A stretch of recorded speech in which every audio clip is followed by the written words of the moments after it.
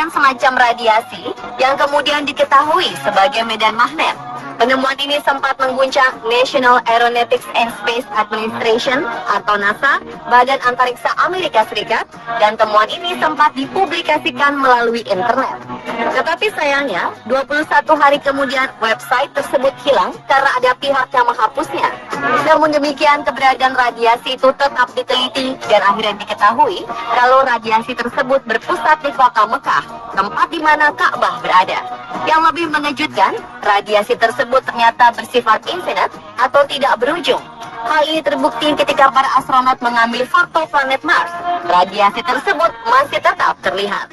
Para peneliti muslim mempercayai bahwa radiasi ini memiliki karakteristik dan menghubungkan antara Ka'bah di planet bumi dengan Ka'bah di alam akhirat. Di tengah-tengah antara kutub utara dan kutub selatan ada suatu area yang bernama Zero Magnetism Area, di mana artinya adalah apabila seseorang mengeluarkan kompas di area tersebut, maka jarum kompas tersebut tidak akan bergerak sama sekali karena daya tarik yang sama besarnya antara kedua kutub. Itulah sebabnya, jika seseorang tinggal di Mekah, maka ia akan hidup lebih lama, lebih sehat, dan tidak banyak dipengaruhi oleh banyak kekuatan gravitasi. Dan oleh sebab itulah, ketika seseorang mengelilingi Ka'bah, maka seakan-akan orang tersebut di-charge ulang oleh suatu energi misterius. Dan ini adalah fakta yang telah dibuktikan secara ilmiah. Selanjutnya adalah mengenai batu Hajar Aswad yang saat ini letaknya berada di sudut tenggara Ka'bah. Hajar Aswad merupakan batu yang dalam agama Islam dipercaya berasal dari surga yang diturunkan oleh malaikat Jibril dan pertama kali diletakkan oleh Nabi Ibrahim. Hajar Aswad berupa kepingan batu yang terdiri dari 8 keping yang terkumpul dan direkat dengan lingkaran perak. Batu ini memiliki aroma wangi yang unik dan ini merupakan aroma alami yang dimilikinya semenjak awal keberadaannya. Sebuah penelitian mengungkapkan bahwa batu Hajar Aswad merupakan batu tertua di dunia dan juga bisa mengambang di air.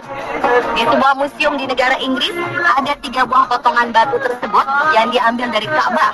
Dan pihak museum juga mengatakan bahwa bongkahan batu-batu tersebut bukan berasal dari sistem tata surya kita. Dahulu kala, batu ini memiliki sinar yang terang dan dapat menerangi seluruh jazirah Arab. Namun semakin lama sinarnya semakin meredup dan hingga akhirnya sekarang berwarna hitam. Berdasarkan sebuah hadis yang dipercaya umat Islam, dalam hadis tersebut Muhammad mengatakan bahwa Hajar Aswad itu diturunkan dari surga. Warnanya lebih putih daripada susu dan dosa-dosa anak cucu Adamlah yang menjadikannya berwarna hitam. Dalam Islam, kaum muslim berusaha untuk menyentuh atau mencium Hajar Aswad jika sedang melaksanakan ibadah haji atau umroh. Mereka melakukannya karena mengikuti apa yang dilakukan oleh Muhammad. Dengan adanya beberapa hasil temuan tadi menunjukkan bahwa Ka'bah merupakan pusat bumi. Fakta ilmiah lainnya menunjukkan bahwa pusat bumi berada di Ka'bah atau di Mekah dibuktikan secara ilmiah oleh seorang ilmuwan bernama Profesor Hussein Kamel. Pada mulanya ia meneliti suatu cara untuk menentukan arah kiblat di kota-kota besar di dunia. Untuk tujuan itu, ia menarik garis-garis pada peta. Setelah itu, ia mengamati dengan saksama posisi ketujuh benua terhadap Mekah dan jarak masing-masing. Ia memulai untuk menggambar garis-garis sejajar hanya untuk memudahkan proyek garis bujur dan garis lintang. Ia kagum dengan apa yang ditemukan, bahwa ternyata Mekah merupakan pusat bumi atau dunia. Dengan menggunakan perkiraan matematik dan kaidah yang disebut spherical triangle, Profesor Hussein menyimpulkan kedudukan Mekah betul-betul berada di tengah-tengah daratan bumi, sekaligus membuktikan bahwa bumi ini awalnya berkembang dari Mekah. Hasil penelitiannya ini telah dipublikasikan oleh Egyptian Scholars of the Sun and Space Research Center yang berpusat di Kairo dan diterbitkan dalam majalah Al-Arabiyah pada tahun 1978. Berikutnya adalah fakta mengenai lantai di Masjidil Haram yang selalu dingin meskipun cuaca di sekitarnya sangat panas. Umat Islam yang melakukan ibadah haji salah satunya adalah melakukan tawaf mengelilingi Ka'bah, di mana suhu di Mekah yang rata-rata panas yang mencapai 40 hingga 42 derajat Celcius tentu bisa membuat siapa saja bercucuran keringat dan lebih banyak menguras tenaga. Meski demikian, yang unik adalah walaupun mengelilingi Ka'bah tanpa alas kaki, namun telapak kaki tidak terasa panas sama sekali. Padahal tempat tawaf merupakan ruang terbuka di mana panas matahari langsung menerpa lantai marmer. Ini berbeda dengan lantai di jalan. Bila seseorang hendak keluar dari pintu Marwah, Saat berjalan, telapak kaki terasa sangat panas, bak berjalan di atas bara api. Banyak orang yang berjinjit dan berlari kecil untuk menghindari panas tersebut. Lalu kenapa di lantai 4 tawaf dan di luar Masjidil Haram berbeda 180 derajat? Ini ternyata disebabkan di bawah Ka'bah dan tempat tawaf dipasang air conditioner atau AC agar telapak kaki peziarah tidak melepuh dan kepanasan. Tempat tawaf yang awalnya hanyalah hamparan pasir lapang, kemudian diberi ubin marmer dengan kualitas terbaik yang mampu menahan teriknya panas matahari. Pada masa Raja Fat, renovasi kembali dilakukan, yaitu dengan membangun ruang bawah tanah. Lantai bawah tanah tersebut dilengkapi dengan pengatur udara AC yang pusat mesinnya dibangun di kawasan Ajqiyat. Selain itu, air dingin juga dialirkan di lantai bawah tanah yang berasal dari tempat yang sama.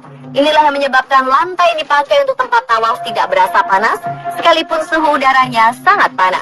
Setelah Nabi Muhammad berhasil menaklukkan Mekah, kepada beliau diberikan kunci Ka'bah yang telah diambil Ali bin Abi Thalib dari Utsman bin Talha. Namun bukannya menjadikan kunci itu hak milik, sang Nabi justru menyerahkannya kepada Utsman bin Talha, yang keluarga dan leluhurnya telah menjadi pemegang kunci Ka'bah turun-temurun selama berabad-abad. Saat itu malaikat Jibril turun membawa wahyu di dalam Ka'bah, yang intinya menyebutkan bahwa Allah memerintahkan untuk mengembalikan kunci Ka'bah kepada pemiliknya, yaitu orang yang diberi amanat untuk menyimpannya. Kemudian malaikat Jibril kembali menemui Rasulullah dan membawa perintah Allah yang isinya memerintahkan agar Rasulullah bangkit dan memberitahu Utsman bin Talha bahwa kunci Ka'bah akan tetap berada di tangannya dan seterusnya dipegang oleh anak keturunannya dari keluarganya hingga hari kiamat. Sejak saat itu, demi melestarikan pesan Rasulullah, maka tidak ada satupun khalifah, sultan, raja, bahkan orang paling berkuasa di dunia yang mampu memasuki Ka'bah kecuali setelah meminta izin kepada keluarga kecil Mekah ini.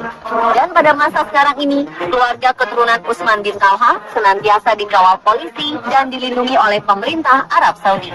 Kemudian mengenai warna kiswah Ka'bah. Kita mengenal bahwa Ka'bah ditutupi oleh kiswah atau kain kelambu penutup berwarna hitam dengan garis berwarna emas yang melintang, sehingga sulit membayangkan seperti apa Ka'bah jika dalam warna lain.